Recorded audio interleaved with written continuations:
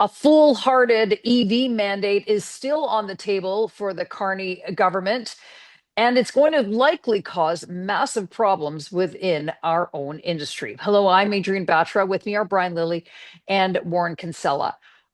This is a half-baked idea. The Carney Liberals still have this notion of an electric vehicle mandate. Perhaps we should go back a little bit, Brian, tell people what exactly it is that they're looking for and why it's very problematic. The plan is to mandate that by next year, 20% of all passenger vehicles sold in Canada must be zero emissions vehicle. That means battery electric vehicles. This is something that the industry, and then it will increase every year.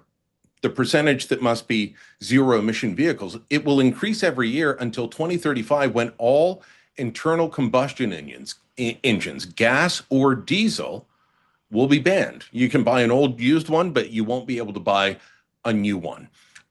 Look, I get the need for EVs. I think there is a growing market. I am not one of these people that says these things will never work. I see the Bright Drop trucks with FedEx and Purolator around me all the time. It's a great use for them. But EVs aren't good for every instance, especially in a cold country like Canada. So the industry has been telling the government for some time, going back to when Trudeau was in charge, this is a Trudeau idea that the Carney Liberals are keeping. They've been saying this is not feasible. You need to slow down. Well, there was a motion before the House of Commons this week from the Conservatives calling on the government to pull back. It was voted down. You've got to remember that there was a similar mandate in the United States. Donald Trump got rid of that. The whole car industry is now pivoting, given the new climate in the United States. Sure, Gavin Newsom, the governor of California, is still pushing this, but that's about it. So let the EV market grow naturally. I'll give you a quick stat before you bring in Warren. Quebec got rid of their EV rebate. People are only buying these things if they have a rebate. When Ontario got rid of its rebate, because there's no EVs made in Ontario except those Bright Truck delivery trucks. When Ontario got rid of its rebate, where you're basically paying people to buy the electric vehicle, sales dropped off. Quebec got rid of one for 1 quarter at the beginning of this year, and sales dropped off dramatically. Half of all EVs on the road in Canada are in Quebec, and they won't even buy them without a government subsidy. So this is a horrible idea. We're going to have to be subsidizing people to buy cars that they otherwise don't want. Warren, it's an important point about what, as Canada, we're trying to grow our economy. We're trying to, I guess we're not elbows up anymore. That ship has sailed. But the United States is fundamentally reshaping their economy through all means, by opening up their natural resources, by eliminating red tape. But they're doing things that are just fundamentally changing their economy. One of these things was to eliminate the EV mandate. Canada is going in the opposite direction, it would seem, in this particular instance. And I'm wondering, what's the thinking here other than perhaps purely ideologically driven? They're fighting the last war. That's what the problem is. Like the numbers don't lie. The bottom is falling out of the EV market. And it's not just because of Elon Musk's association with the Trump administration, this paradox of him selling EVs to liberals when liberals are really mad at him. It's not, for sure, Tesla's in some trouble, but so is the EV market generally, for a number of reasons, one of which is they're way more expensive than cars propelled by internal combustion engines, because there are fewer and fewer places where you can get recharged because people have anxiety about being recharged. And then you have people like me who live outside cities. I live in rural Canada, and I can tell you guys, there ain't no recharging station anywhere near me. It's not going to work. So nice idea, but bad execution. So, and that's why I think we editorially at our paper had a problem with some of the EV battery investment that governments of all stripes at all levels were making. It's like, are you guys really thinking this through?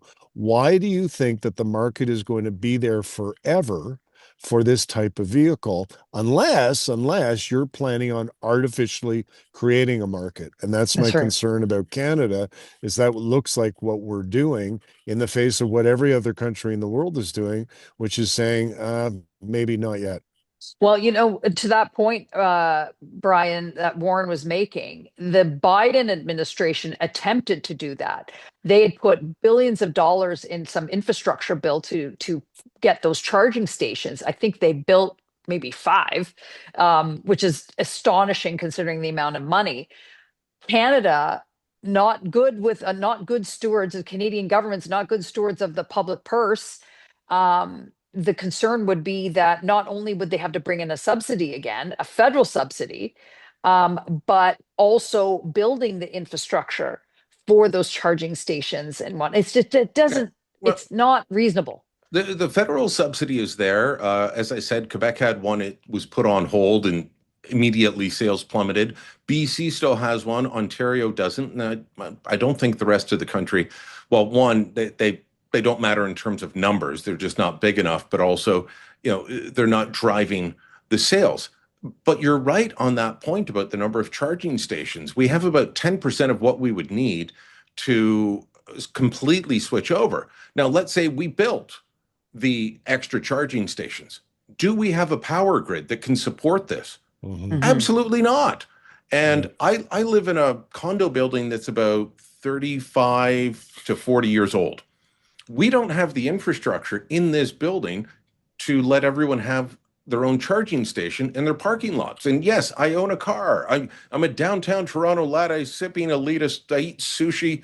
I'm everything that people say He Warren admits is. it. He Yes. admits it. But you couldn't put a charging station in my building. That's Yeah. right. And so you've got to have these public ones. But even if you build them, we don't have the electricity capacity. We'd have to expand that dramatically. We'd have to be building nuke plants all over. We're putting the cart before the horse. You must drive an electric vehicle, but you will not be able to charge it because we don't have the infrastructure or the electricity to make your car go vroom vroom. Well, and Warren, final point to you. Never mind that infrastructure piece, which is very significant and important. Yeah, just never But mind that you can't just never charge the mind car. that. But even the components that are required now to build electronic vehicles, Mhm. these are scarce resources, and sometimes these components have to come from unfriendly parts of the world. Mhm. And so there's that aspect of it too. And but overall, it just strikes me as very bizarre that the liberals are that the Carney liberals are taking this, hangover from the Trudeau liberals and really running with it.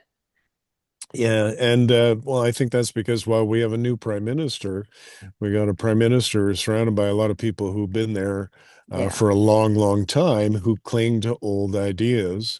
My understanding is there's a big staff shakeup taking place in the next few days. That's probably a good thing. Stephen Harper did that when he took over his party, and obviously he benefited from that. So I think there's going to be some changes, at least at the staff level. But you're absolutely right. They do still cling to a lot of old ideas. They keep Mhm. fighting the old war. And again, like both of you have said, EVs are nice, but in order to, execute a change of that magnitude, that is like not just an economic change, that's a cultural change. It requires some planning, it requires some thought, and it requires buy-in from the public. You can't just impose a battery plant on them and expect they're all going to run out and buy Right. EVs. You got to make the case for it, and they've not done that. And that's why guys like me are sticking with my Jeep. Well, this electronic vehicle mandate in Canada is foolhardy, yet the Liberals are plowing ahead. Let us know what you think in the comments below. Like this video and subscribe to our YouTube channel and go to the TorontoSun.com. You'll find commentary and coverage there you will not find anywhere else.